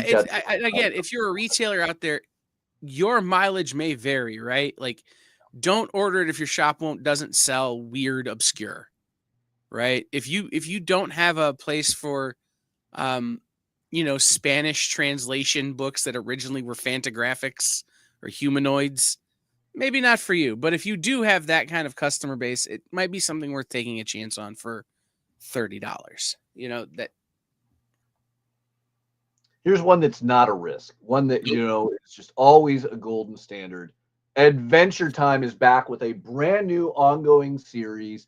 And yes, Pendleton Ward himself listed amongst the creators. I am excited. I don't know how intense Pendleton Ward's involvement is going to be. Obviously, you have Nick Wynn and Derek Ballard as the main creators on this, but Adventure Time, Finn and Jake. I love it. My kid loves it. I think even my son's grandparents love it. Adventure Time is always good, and I'm excited to have an ongoing series for this again. Oni has been re-releasing the old Boom Studios as compendiums, and now we get new content with a lot of crazy covers. A lot of covers. Take a look at that. Tilly Those blanks are gonna be killer. Yeah, David Nakayama. I love that you get blanks that basically just match up. You can literally stack them on top of each other and create your own Finn. Yeah, and there's a lot of covers. Yeah, our Adventure Time was not something I had partaken in until I was hanging out with Ryan Brown at a convention. He's like, yeah, I'm going to start drawing Adventure Time. I went, I should maybe look into this. And then I had him do me I did a Spawn Kills Everybody jam piece with a bunch of cartoonists. And so I did one cartoon, one super serious, kind of more realistic artist. And he had Spawn just blasting Finn's head off on the cover of this book. So, this is one of those things I came to late, and I'm so glad I came to it when I did, because I got all of that great Boom Studios stuff, I got to watch the cartoons, and now I'm getting new stuff from Oni Press at the time when I have a young nephew who is discovering Adventure Time. So it gives us something to bond over.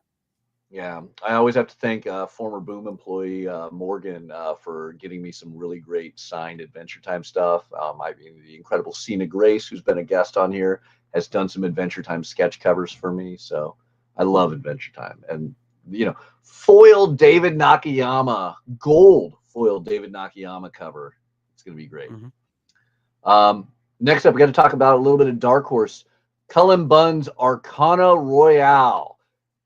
If you like gambling, let's get paranormal. This is a very interesting story of a young female poker player who's going to take it to a new level with this paranormal twist where life and the fate of the world is on the line in a backroom gambling game with the devil, demons, wizards, and more in this weird mix of poker meets tarot cards. This is an out there book. It is really, really crazy. It is so Cullen Bunn, it hurts, and I love it.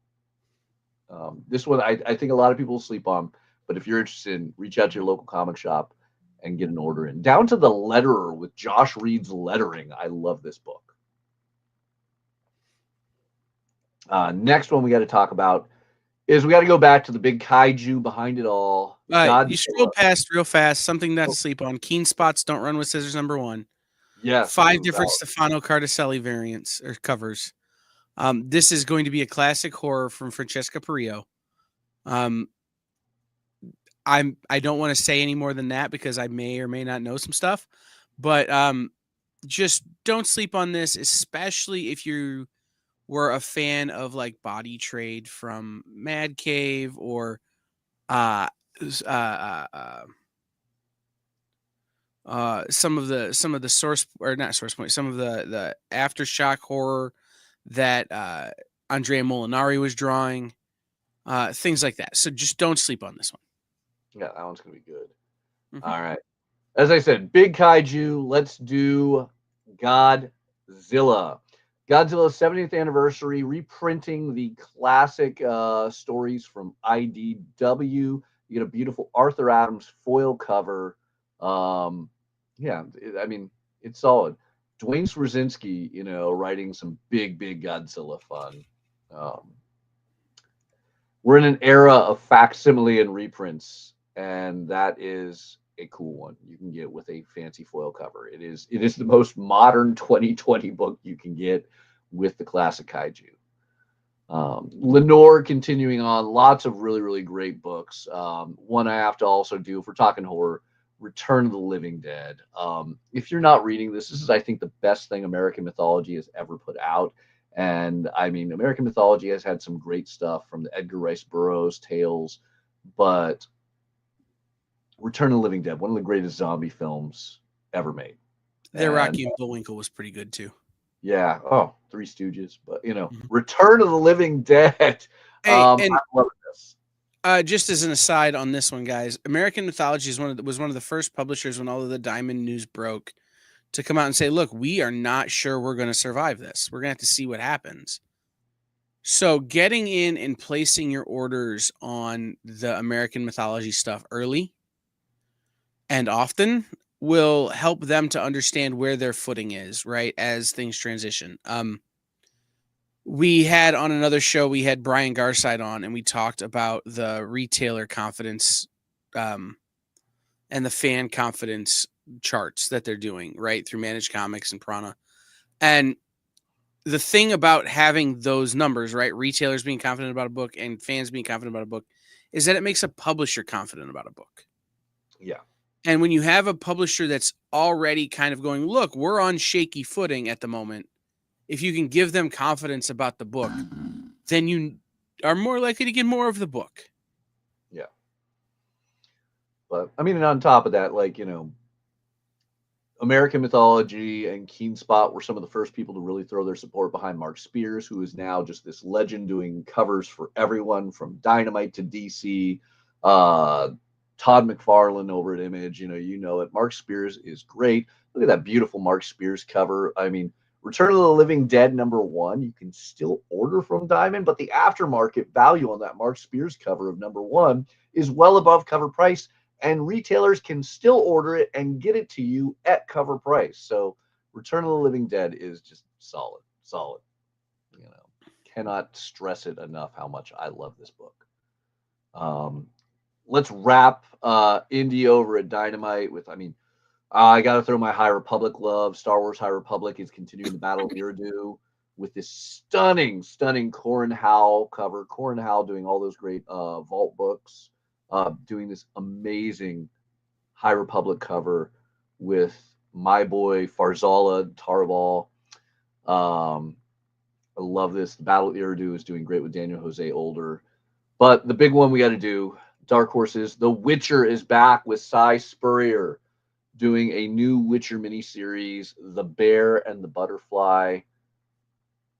I'm not getting my Geralt from Netflix right now, so I'm getting my Geralt from Dark Horse. Two trades I real quick want to mention. We don't need to pull them up, guys. Where Monsters Lie Cul-de-sac, which is volume 2 of Where Monsters Lie by Kyle Starks. The trade paperback is on FOC this week. And from our friends at IDW, they are doing a 8 by 12.5 art book. The Kevin Eastman covers 2019 to 2024. So again, it's one of those things. If you like the Kevin Eastman variants, but you can't always qualify, or your retailer doesn't always save you the RIs, this is a way to get that art in a collected hardcover for $40. So not too bad. Yeah, $40 for a hardcover these days is just a great deal. Yep. So all sorts of fun there. Let's pop over to magazines though, because there's 2 magazines I want to talk up right now. Heavy Metal, we had it on FOC at Diamond last week. They are re-FOCing it to match up with Lunar FOCing Heavy Metal this week. We talked about it a lot last week, so I'm not going to go too much into it, but it's Heavy Metal. It's a return. It's a brand new #1. You have a Hildebrandt cover by Greg Hildebrandt. You have a Frank Frazetta cover, Tulo Te. There are even mature, not safe for work covers on this. Reach out to your local comic shop. Let them know you want. $15 is a lot to spend, but there are returnable covers if you're a retailer placing orders. There are just some great contents by the incomparable John Reppian and Leah Moore, focusing on Tarna, our classic heroine of Heavy Metal magazine and the Heavy Metal movie.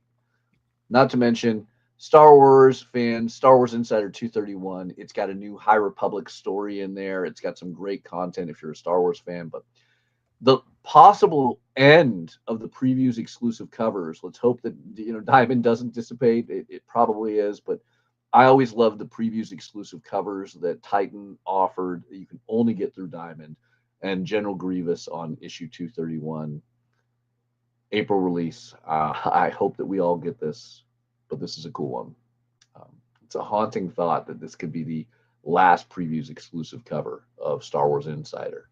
Who knows? Well, you want to know the interesting side story? When they were doing Doctor Who the magazine, yeah, and they had previews exclusive covers. That was the sole reason I started going to the shop I wound up eventually owning. The shop I had gone to for 25 years just refused to order them because they wanted to place their Doctor Who magazine orders at initial orders and never deal with it again. No. And I wanted the FOC generally not released until FOC previews exclusives, and they wouldn't. And this other shop would. And so I moved my quite massive at the time pull list over and eventually wound up owning the shop. So previews exclusive stuff is always great. So take advantage of that while you still can. One thing we didn't scroll down far enough, Matthias, on FOC this week is Zdarsky Comic News number 10. Yes, I was going to show that over at Lunar. Over at Lunar? Okay. Well, then we'll skip it until Lunar. Of course, talk about Zdarsky Comic News. But on that note, let's transition over to Lunar Distribution. You can always go to lunardistribution.com to see all these wonderful items. You just go to Lunar Distribution, scroll down to upcoming FOC, make sure you're on the right one. This is March 17th. And we will start from the beginning where you can see all of your DC and some of the hidden Image and other titles. Big one, of course, Absolute Batman, issue number 7 is going to start the second storyline with the first appearance of our Absolute Mr. Freeze. I can think of so many Arnold Schwarzenegger jokes in there, and I will not take the time to go into that. But some great covers there. Arnold Schwarzenegger would tell you to buy the Sienkiewicz variant. Yeah. G. Willow Wilson starting up an Action Comics line, a 2-issue story arc in Action Comics by G. Willow Wilson. I am most excited to see her take on the Man of Steel. We can also see some more Adventure Time covers that you didn't get a chance to see on Previews World, including that beautiful. It's a 1 in 50, so not all comic shops are going to qualify. I hate to say, I don't know if my comic shop is going to qualify, but that Erica Henderson cover of Cat Bus from a little bit of Miyazaki tone, but done wonderfully there. Even the Caroline Cash, who does Pee Pee Poo Poo, the award-winning Pee Pee Poo Poo, doing a great 1 in 20 cover there. Did get that right? That was Caroline Cash who does Pee Pee Poo Poo, right? Okay, cool. I just couldn't believe you said the title. Anyway, I did. You know, one of my proudest moments in the world was getting to see at the Eisners during the the prestigious Eisner Awards, having Pee Pee Poo Poo win an award and hearing Pee Pee Poo Poo at least a half dozen times at that prestigious award show was quite the moment. I actually have to give more credit to the incredible retailer Andrea of Books with Pictures for having that moment. So Aquaman for some great covers there as we continue on. Lots of amazing DC books on FOC this week. The incredible Matthew Rosenberg's DC versus Vampires. Fire and Ice, When Hell Freezes Over. The last Fire and Ice miniseries was amazing. I am so ecstatic we are getting a sequel miniseries, and therefore we're going to get David Nakayama's alternate cover. We had Ice on the first Fire and Ice #1. Now we get Fire on the new Fire and Ice #1 by David Nakayama. And just remember, this is a different Fire and Ice than the Frazetta stuff. So yes, obviously not the Dynamite. This is the DC Fire and Ice. The Fire and Ice, I love. For me, we saw the Keith Giffen rest in peace comments earlier. Keith Giffen, helped define both Fire and Ice for me in their classic Justice League of the '90s. Now we're getting fun miniseries some 30 years later. Beautiful Geiger covers, G.I. Joe covers. I didn't get to mention the one-shot G.I. Joe, A Real American Hero, Jinx. This is another one of their silent missions one-shots that is no words, no dialogue, which is crazy because Dan Waters is so great with his dialogue. But we're going to have Danny and Brad Simpsons doing that beautiful artwork. No dialogue tale of G.I. Joe, Jinx. Lot of beautiful Green Lantern love. I am loving the new Green Lantern Corps that Jeremy is bringing to us, and some absolutely amazing covers. One of these covers is going to be in our top 10 momentarily. As I mentioned, you can also order your heavy metal through Lunar Distribution if you're a retailer. If you are a consumer, just reach out to your local comic shop and let them know which cover of heavy metal you want. All those beautiful Invincible Battle Beast covers. As always, check out lunardistribution.com to see the DC and other covers that are available. A lot of fun there. All the Spawn covers. I don't know why Previews World lacked the Spawn covers. Obviously, we had the incredible editor-in-chief of Spawn on last week's show, an interview that will hopefully be a standalone interview you can check out here on The Experience on YouTube soon. Yeah, hopefully once I sleep some and can get that done. Yeah. On that note, Kyle, as you're the man behind all that fun on The Experience and YouTube, do you want to talk about some of these interviews that we have on Order Up that will be available as separate, always available to watch? How do I say this without sounding like a jerk? Because of the uncertainty at Diamond, there has been some fallout that has affected the EXP, right? Just because, again, like everybody's spending a lot more time trying to make sure they're doing everything they need to be doing, right? Our retail partners are spending more time ordering and making sure they're ordering from the right places. Our publisher partners are spending more time making sure their books are getting distributed. And as a result, that means a lot of the things that we used to have time for are getting pushed down a list. One of the things that's at the top of the list is separating out the interviews from this show so that they will be separate standalone interviews on the channel, hopefully in the week after they air. So that said, we're a few weeks behind. And I'm working on it, but it's one of those things that, unfortunately, until kind of this Diamond Michigan sorts out and everybody's life sort of comes back to normal, you never know what's going to stop you from doing the thing you want to do. And that's kind of the situation we're in. So again, today's interview will get chopped out and put up probably next Wednesday or so. Just based on the way it looks like my life is going to shake out. And some of the other ones will hopefully be done by that time as well. So I can tell you this because I know what our big announcement is later. Next week's interview will happen quickly. Yes. Oh, we'll get to that momentarily. Let's really wrap up DC before we get to our top 10. The classic Neil Adams cover of Superman 233 getting a reprint. So you can get the classic version as it was. You can get it in foil. You can get it as a blank, which kind of kills the cover love of that Neil Adams.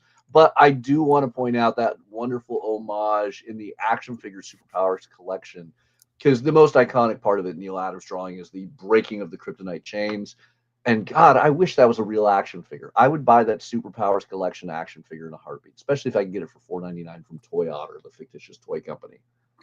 And so I will tell you exactly what I'm going to do with my blanks. Yes. Hey, artist so-and-so, do your best Neil Adams impersonation and draw me Superman. Yeah. Like, there are a lot of guys out there, a lot of artists out there, who are influenced by Neil Adams in a big way.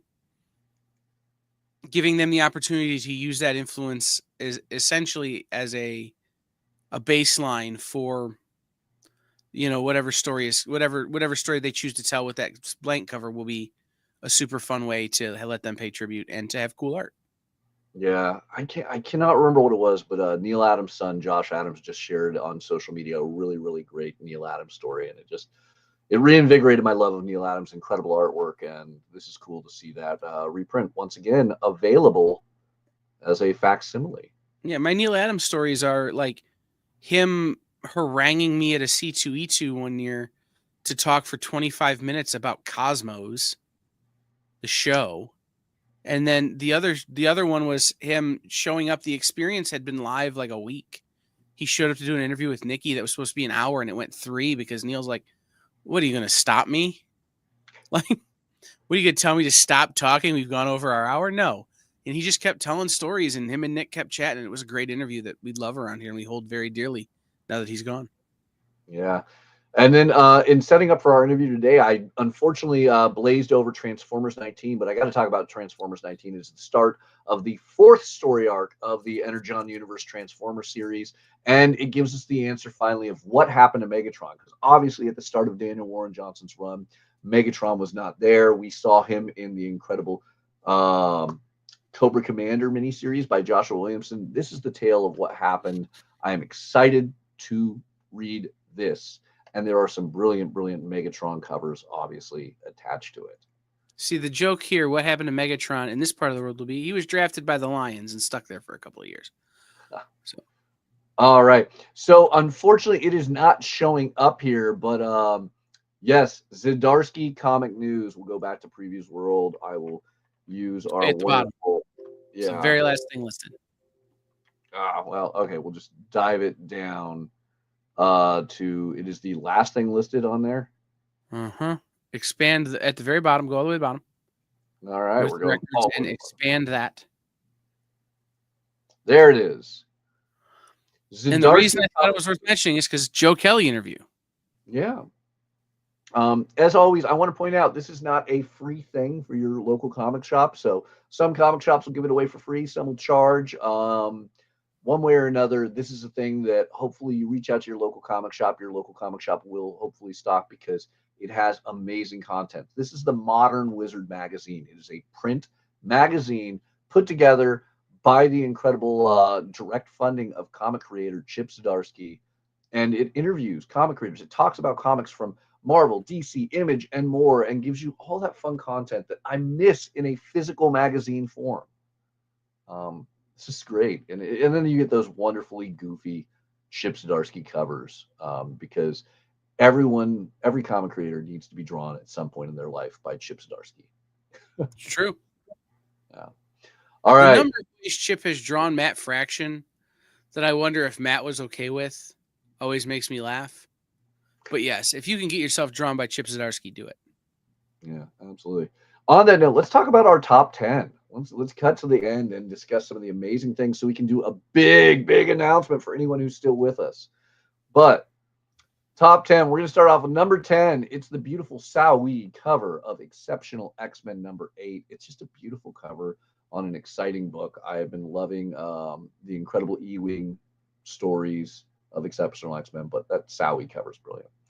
In number 9, Geiger. Look at that Gary Frank cover, getting a bit of the glowing woman and a bit of Geiger. Again, I am super excited about this. And I think now, Kyle, do you want to give us the big announcement of next week? Well, I mean, we can, or we can save it till the very end. Should we save it after to the end? number one? Let's save it till the very end after number one. But I can hint that it's Geiger related. All right. Spot 8, Green Lantern Corps number 3. Look at that wonderfully cute Zerdy cover. Again, I've been loving Adam's Green Lantern, but that Zerdy cover, Zerdy is so often known for doing the sexy, women covers, whether it's over with the incredible people at Comics Elite or just those amazing tattoo covers that have been finding their way from store exclusives onto major DC books. This one is just fun Nathan Zerdy that I love. In spot 7, Bjorn Barends brings us the Queen of Hell on Spawn 363. I love seeing Nyx in full form with the upcoming book of rituals, Black Book of Rituals. Black Ritual Book of Nyx. Black Ritual Book of Nyx. Thank you, Kyle. It is fun to see Nyx at full power, and I am excited to read this Spawn 363. Godzilla versus Spider-Man. Look at that Patrick Gleason cover. Really give us the haunting. How is Spider-Man going to take on this kaiju? Oh, foil cover by Patrick Gleason that is going to be amazing. I do like that there was the Japanese Gojira written on that. All right. Spot number 5. We're in the top 5. We have the gold foil David Nakayama cover of Adventure Time number 1. Make sure you reach out to your shop to get that ordered because the foil Oni covers are hot, high demand items. If you remember their EC ones, this is going to be a cool one for Adventure Time. Hitting number 4 is the Last Boys Elizabeth Torque cover. As I mentioned, that beautiful reflective cover, as Josh Hayes said, reflection is in the blood of comics. And I love that reflective blade held by Peter Pan himself. Even the subtlety of Tinkerbell that Elizabeth Torque hid on Peter's shoulder. It's a great cover. Heavy Metal Magazine, new number 1, beautiful Tula Lotay cover featuring Tarna, who's about to get new tales by Leah Moore and John Reppion, 2 powerhouse writers in comics. This is going to be a fun one. But we're getting down to that big one. Wacky Races. I love that we have an homage that kind of reminds me of those classic 1950s DC covers. You have that racer stripe on there, and then you have the spotlight of all of those. This feels classic 1950s DC for a classic 1960s cartoon, and you're getting into modern era. Penelope Pitstop, Dick Dastardly, doing that wonderful ASM 50 homage. Everything about this great. And of course, Muttley in the front and center. But the big one, the number 1 I have to talk about, it's Battle Beast. Battle Beast blind bag. Invincible fans, you need this. Image fans, you need this. Collectors, flippers, retailers, everyone. I cannot stress enough. If you know, you know, these blind bags are going to be big. And if you don't know, you're going to find out on release date that this is the comic to own. You're going to want multiple copies. You're going to therefore need to tell your retailer you want multiple copies. Because let me tell you, you want multiple copies. I wish I could tell you guys some of the crazy things inside this bags. All I can say is there are crazy things inside these bags, things you would absolutely not expect. I want so badly to get myself in trouble, but I will not. There are big things in this bag. There are some things that you absolutely will be shocked by, and you're going to want. It is well worth considering getting multiple copies. I can't make you do it, but you're going to want multiple copies. Let your comic shop know. These blind bags are going to be insane. All right. So Kyle, get back on screen. Let's talk about this big reveal. Next week we have a rather big special guest, don't we? So ironically, it's a week that I won't be here. And yeah, I know. We have one of the biggest guests to ever join the experience. You tell him. The man behind the Ghost This is Machine. what I was doing while he was talking to Josh. I was confirming this. Yeah, so, the man like, behind Ghost Machine. Yeah, the man behind the machine. Former president of DC Comics. Perhaps one of the greatest writers in comics of the modern era, at least of the current millennia. Special shout out to, in the comments, Danny Ward and Michael Cotton for making this happen. All right. Have we buried the lead enough? Let's do it. In unison? Nope, you do it. I won't be here. All right. It's Jeff Johns. Jeff Johns will be our special guest next week to talk about the incredible book that will be on next week FOC, the amazing I mean, obviously we had Geiger on FOC this week, but next week Redcoat. Oh, I'm going to be excited to talk to him about that, as well as all the other great things that Ghost Machine has been doing. Jeff has really brought to life a new universe and also just some great books in his new publishing line, whether it's Peter Tomasi's amazing Hornsby and Halo or the Rockefellers, to his brilliant Geiger, Hyde Street. And I am most excited to talk Redcoat with him, as that is on FOC. And is there a possibility where there might even be another special guest? Yeah, there's a possibility. We don't have that one confirmed because that person is asleep. But Okay. we are going to wait and hear back, but be watching. Do this, guys. Be watching the EXP social media. Be watching our social media. Be watching Ghost Machine social media. Be watching everywhere, because we are not going to stop talking about this until it happens. So, just be on the lookout. And when we confirm the second special guest, who may also be involved with Redcoat 11, You're just revealing things at this point. KG Kyle is KG. We will be making that announcement as big and as loud as possible. So keep your eye peeled for that. All right. And that'll be an international show, because I'm actually going to be filming that one from Canada next week. So that'll make it all the more enticing. And then who's going to be our producer next week? I will put everything together, but Jay will be your producer. Jay will be here. And Jay, when I told him this was confirmed to me that he had to go change his pants. That's how excited Jay is. So I will be in the comments likely as best as possible. But where I'm going, they don't have internet. Yeah, it hasn't been invented there yet. Neither has electricity or indoor plumbing. Huh?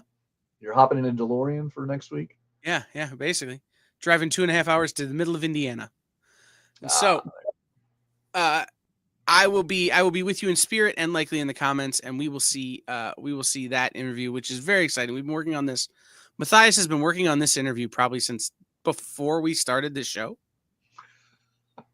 I don't know that I can take any credit on this. But yeah, no, this will be a fun one. I'm excited to bring Jeff Johns as a special guest. This will be a great show as we talk about a great FOC next week. But as always, I want to remind everyone, don't get too far ahead, because you need to get your FOC orders into your local comic shop with all the amazing comics, all the great covers, and all the brilliant books that you want guaranteed set aside for you in the coming weeks by letting your local comic shop know. Remind everyone you can go to previewsworld.com/finalordersdue or Lunar Distribution to see all the books on FOC this week. Get your orders together. And then, of course, we have a week of great content, including a day of great content on the EXP today. Kyle, talk about some of the things they can watch while they're waiting for next week's interview.